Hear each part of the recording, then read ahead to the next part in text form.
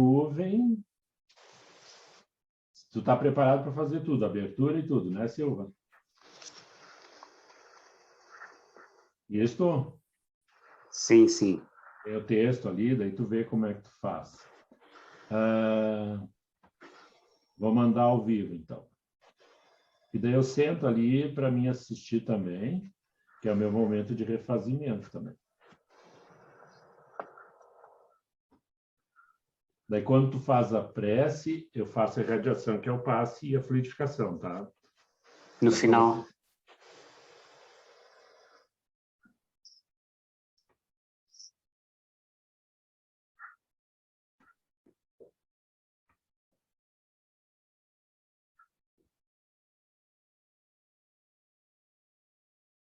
Deixa eu ver.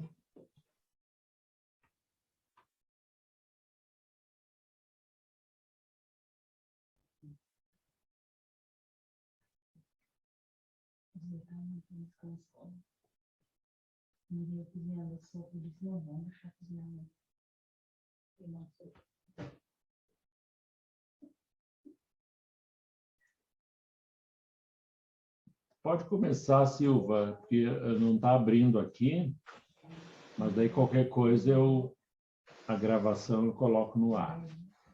Então, neste momento, aproveitando a oportunidade, agradecendo o convite da direção do Centro Espírita Casa da Redenção Francisco Xavier de Caxias do Sul, e ao mesmo tempo cumprimentar as nossas irmãs Rose, Jô e demais, o próprio Flávio, que estão presentes, para que possamos, nesses instantes, elevar o nosso pensamento a Deus, a Jesus e aos espíritos benfeitores, mentores desta casa, e todos aqueles que certamente, na noite de hoje, a providência divina, assim como os benfeitores desta casa, criaram e criarão posteriormente uma conexão justamente para que possam refletir conosco a mensagem do Evangelho da noite de hoje. Então, a nossa proposta justamente é falar sobre o capítulo 18, item 2 do Evangelho segundo o Espiritismo, onde, porque muitos são chamados e poucos os escolhidos? São Mateus capítulo 22, versículo 14. Então, é justamente, parece que a pauta do nosso assunto, da nossa conversa fraterna, através da mensagem de Joana de Ângeles, quando nos auxilia a refletir sobre Jesus e o Evangelho à luz da psicologia profunda. Então, no capítulo que fala justamente os convidados e aceitos, isso certamente reporta a cada um de nós aqui presentes, encarnados, desencarnados também, a fazer uma reflexão mais profunda e principalmente a nós, que estamos aqui no plano físico.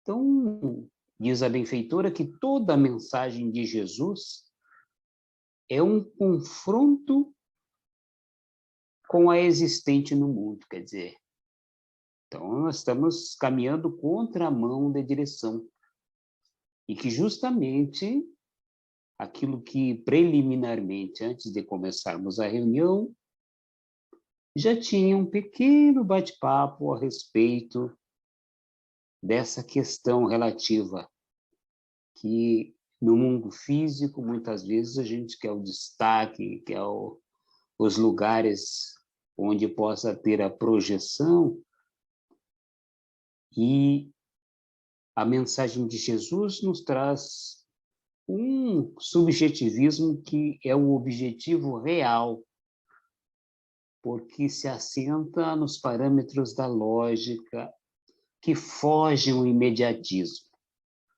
transferindo simples acasos para uma causalidade extrafísica, que lentamente essas conexões elas vão sendo identificadas pela pesquisa espírita e também pela parapsicologia e outras doutrinas que fazem uma investigação transpessoal.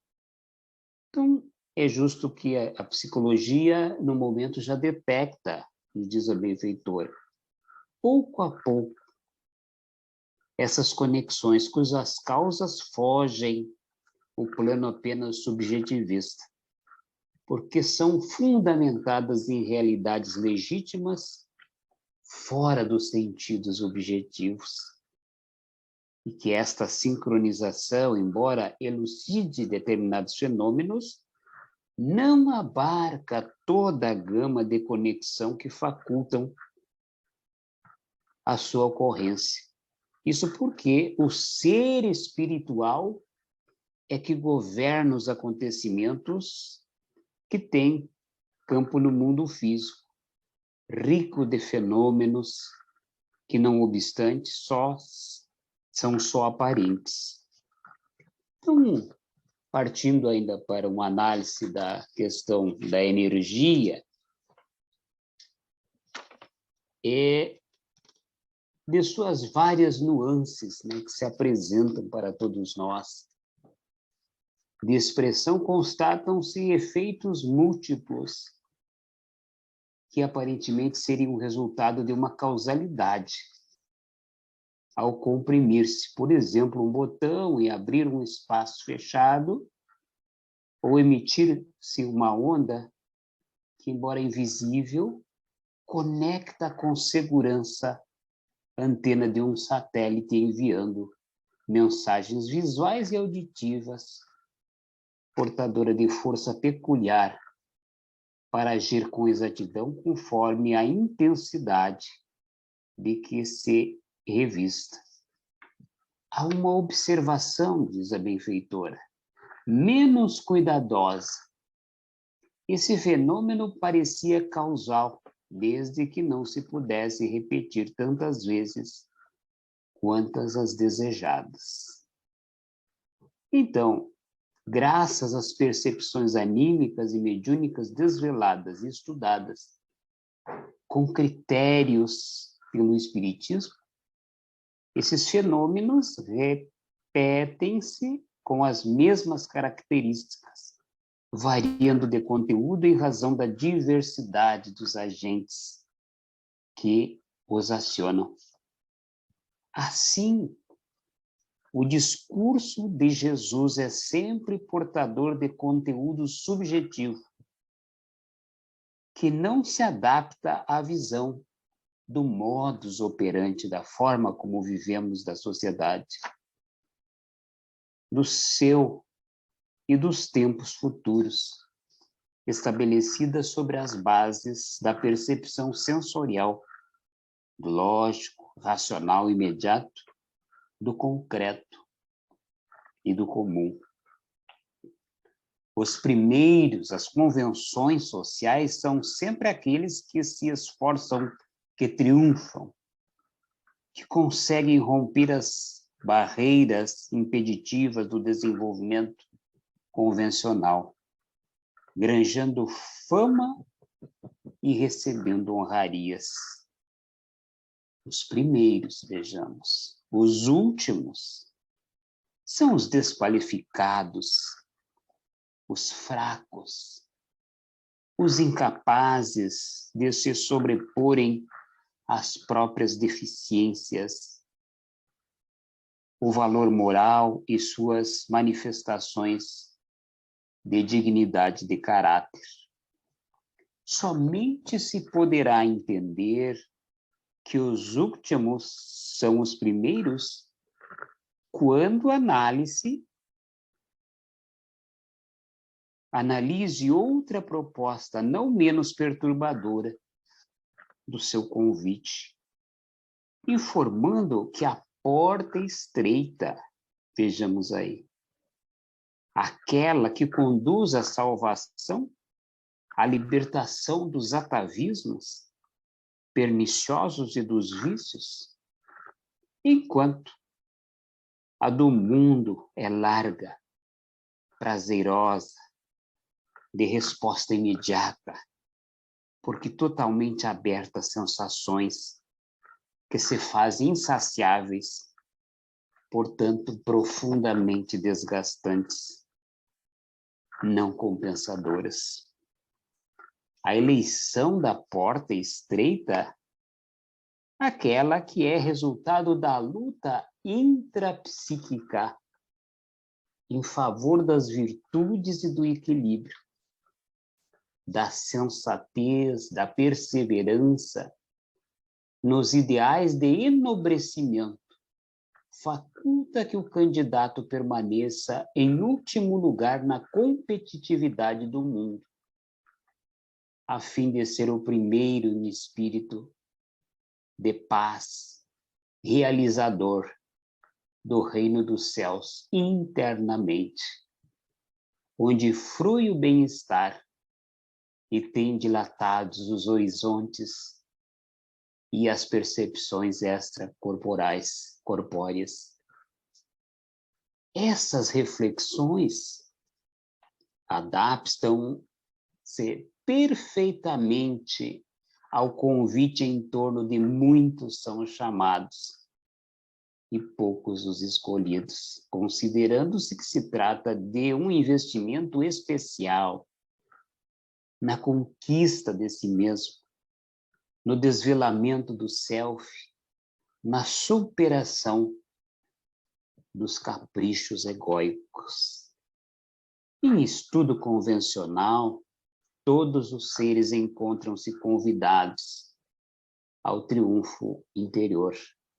As conquistas externas, o equilíbrio emocional, as realizações sociais, a harmonia de comportamento, as atividades edificantes no grupo em que se movimentam. Apesar disso, somente poucos cidadãos conseguem identificação com todos esses compromissos.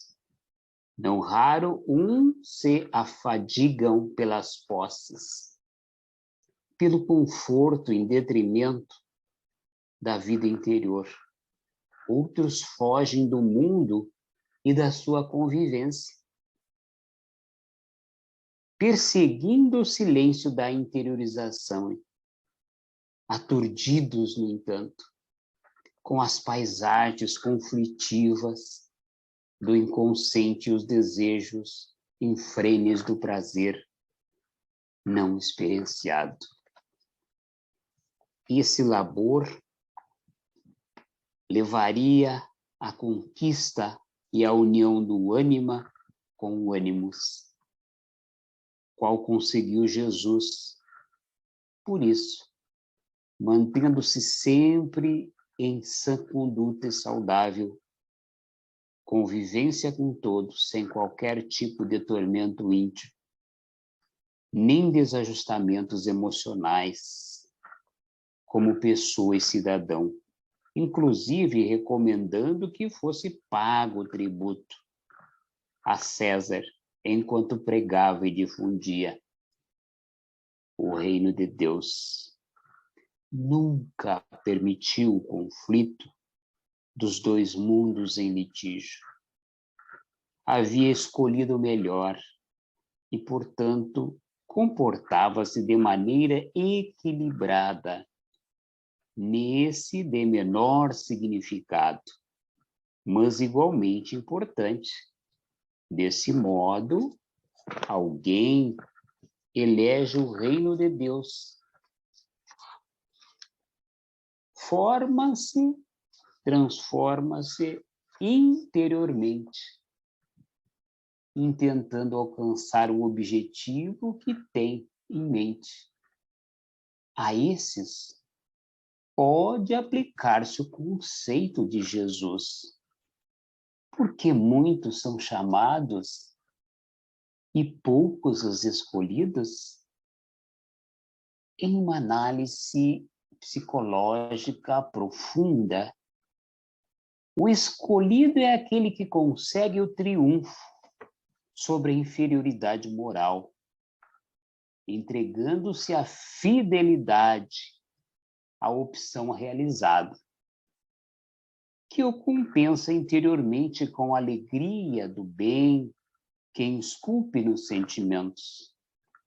Quando essa disposição se estabelece e passa a governar o destino do ser, desaparecem as ambições de triunfo externo, porque compreende a sua desvalia, ou pelo menos não lhe atribui significado hedonista, de gozo exaustivo e deixa sempre laivos de amargura, de frustração sem compensar o esforço despendido pelo conseguir. Desaparece, por sua vez, o egoísmo instintivo e de competitividade, que rende estipêndios para o orgulho, não preenchendo os vazios existenciais. O ser descobre que há prazeres mais significativos e reconfortantes que aqueles que se derivam da posse, da ostentação e do orgulho. Essas expressões do primarismo da consciência, o seu lado escuro, banham-se por fim de expressiva claridade com o discernimento daquilo que é importante em detrimento do que tem um sentido transitório, que satisfaz por um momento e não mais atende posteriormente.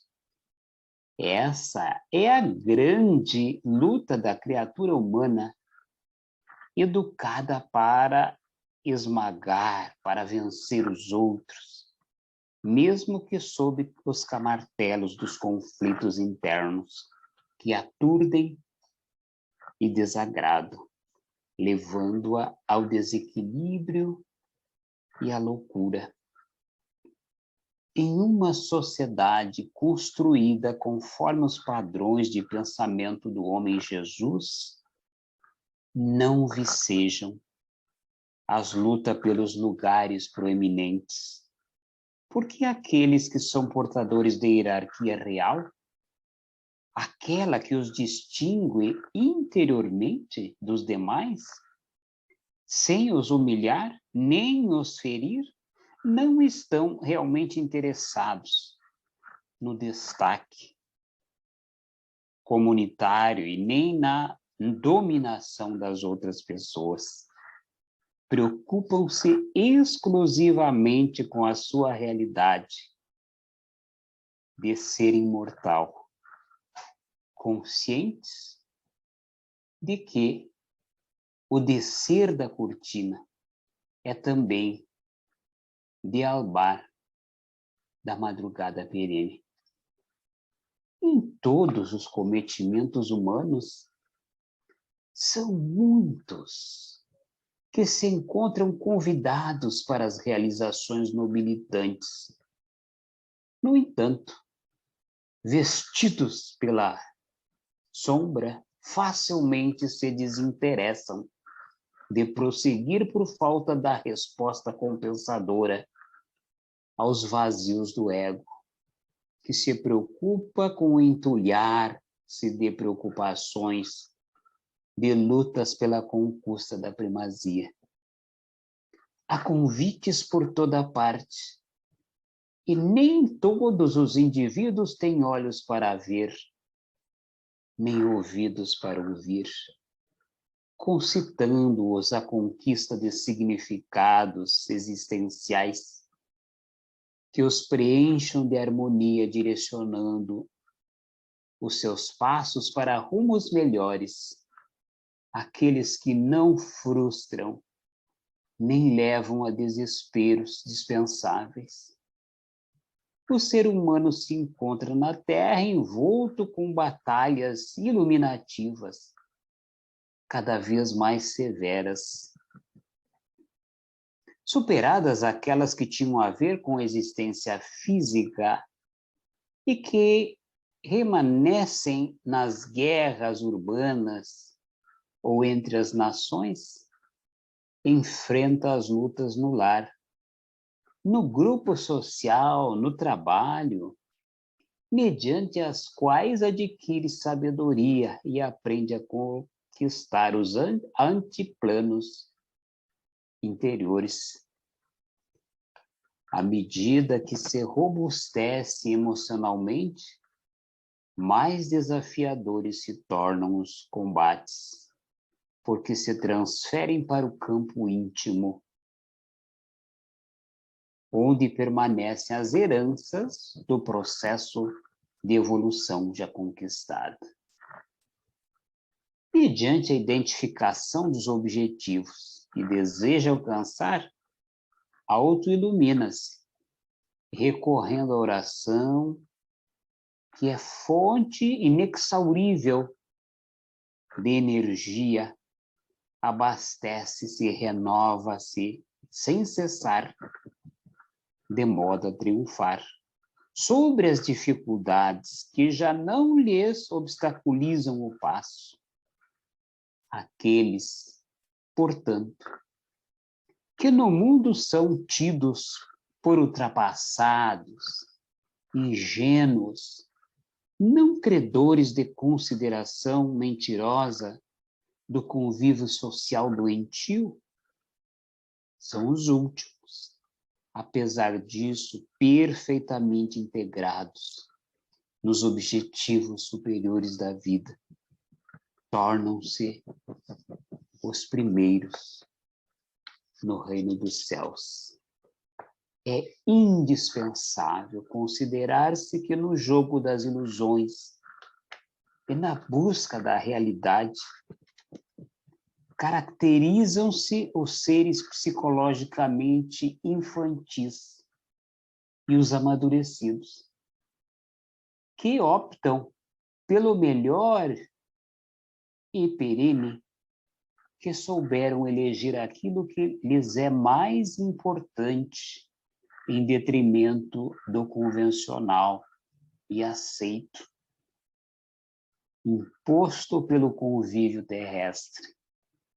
Dessa forma, o esclarecimento de Jesus é relevante e deve ser meditado profundamente, porque muitos são os chamados e poucos os escolhidos. A parábola do festim de bodas se repete. Os chamados, com certeza, somos todos nós que aqui estamos, principalmente aqueles que ainda estão ligados ao corpo físico, às questões da matéria, onde dificilmente estamos dentro de um processo também hipnótico, que os veículos de comunicação eles nos servem para ampliar o nosso estado de consciência, trazendo a lucidez ao espírito imortal, quando buscamos em fontes seguras, confiáveis, os ensinamentos e os aprendizados. Mas afora isso, o materialismo, esse afã do ser, esquecendo do ser, nos turbam a vivência e a convivência, começando pelo nosso próprio relacionamento conosco mesmo. Até porque precisamos nos despir gradativamente, substituindo as crenças, os scripts mentais de determinados períodos existenciais já vivenciados por nós, quem sabe até mesmo nessa encarnação presente, e ressignificando, reprogramando, porque muitas vezes a maioria dos nossos conflitos são justamente pela forma como vemos o mundo, através das crenças e, enfim, de tudo aquilo que recebemos do ponto de vista cultural, social, com interesses muitas vezes exclusivistas, dentro de uma ordem apresentada que a gente tem que vencer a todo custo. Não importa. E aqui, essa distinção. Não nos esquecemos que estamos em um mundo material, mas que somos seres espirituais, seres imortais, que estamos nessa escola, nessa universidade, para aprimorar, aprender e crescer, conviver, aprender a amar. É uma lição que vai até amarmos incondicionalmente. Aí a gente precisa rever uma série de questões que a gente está envolvido, né? Que se a gente tiver esse entendimento, assim como desta busca de reconexão com o nosso self divino, certamente haveremos de religar o nosso Wi-Fi com essa espiritualidade amiga, com esses benfeitores que desejam que avancemos sempre para a frente, para o alto, caminhando para Deus, caminhando para a luz. Portanto, Jesus, Mestre amado, continua sendo o divisor de águas, de condições íntimas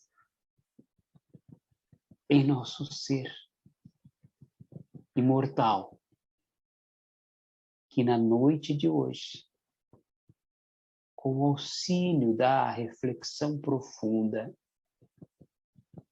da benfeitora espiritual, com o auxílio dos espíritos bondosos, iluminares,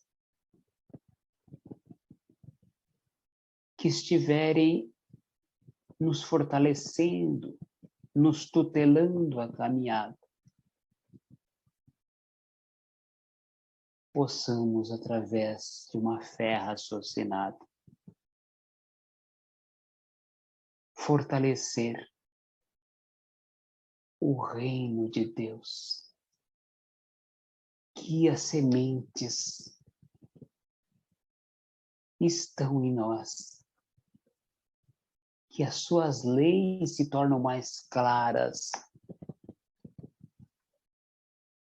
à medida que colocamos a candeia sobre a mesa. Tenhamos a certeza que essa candeia está sendo colocada com sinceridade, com honestidade, com humildade a todos os nossos corações, para que nos fortaleçamos, para que tenhamos bom ânimo, para que saibamos escolher, avancemos. Que a paz do Mestre Jesus esteja no coração de todos e todas que Maria de Nazaré, nossa mãe adotiva, também, através de seus guardiões, estejam nos auxiliando, protegendo, hoje e sempre. Que assim seja, Senhor, para todos nós aqui presentes. O nosso muito obrigado pela oportunidade que tivemos de aprofundar essa sonda sobre nós próprios, porque a doutrina dos Espíritos não aponta para ninguém mais como forma daquilo que Jesus nos prometeu, que não nos deixaria órfãos. O Consolador prometido estaria no nosso meio. Confiamos.